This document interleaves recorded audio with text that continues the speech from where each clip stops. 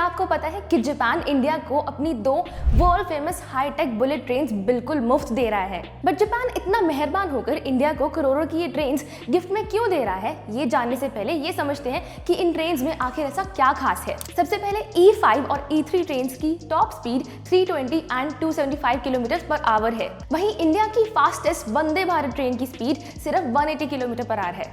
फिर इन ट्रेन्स में aerodynamics noise reduction technologies हैं, जिनसे बाकी ट्रेन्स की तरह ज्यादा आवाज नहीं करती। इसके अलावा इनका sleek design, body tilting system और पैसेंजर कंफर्ट एक smooth and fast ride offer करता है। अब यहाँ बात आती है इस गिफ्ट के पीछे के राज की। तो इंडिया अपने पहले Mumbai Ahmedabad high speed rail corridor पर काम कर रहा है, जो कि 2026 तक पार्शियली कंप्लीट हो जाएगा फ्रॉम अहमदाबाद टू सूरत। और इस प्रोजेक्ट के लिए 2016 में पीएम मोदी ने जापान के साथ उनकी E5 ट्रेन्स को खरीदने और इंडिया में मैन्युफैक्चर करने का एक एग्रीमेंट किया था। बट फाइनेंशियल कंसर्न्स और डीलेज के चलते India domestically produced train cars को कंसीडर करने लगा। एंड क्योंकि पूरी दुनिया जानती है कि इंडिया को बुलेट ट्रेन्स की जरूरत तो पड़ेगी ही, इसलिए यूरोपियन कंट्रीज एंड कई एशियन कंट्रीज लाइन में लगी है इंडिया को अपनी ट्रेन्स ऑफर करने के लिए। अब जापान को पता लग गया कि ऐसे तो डील हाथ से निकल जाएगी, इसलिए उन्होंने अपनी E5 ट्रेन के साथ साथ अपनी E3 ट्रेन भी इंडिया को देने का डिसीजन लिया, वो भी एब्सोल्युटली फ्री ऑफ कॉस्ट। और इन ट्रेन्स को यूज किया जाएगा इंडिया की ड्राइविंग कंडीशंस और एनवायरनमेंट को इवैल्यूएट करने के लिए, ताकि जब जापान इंडिया में अपनी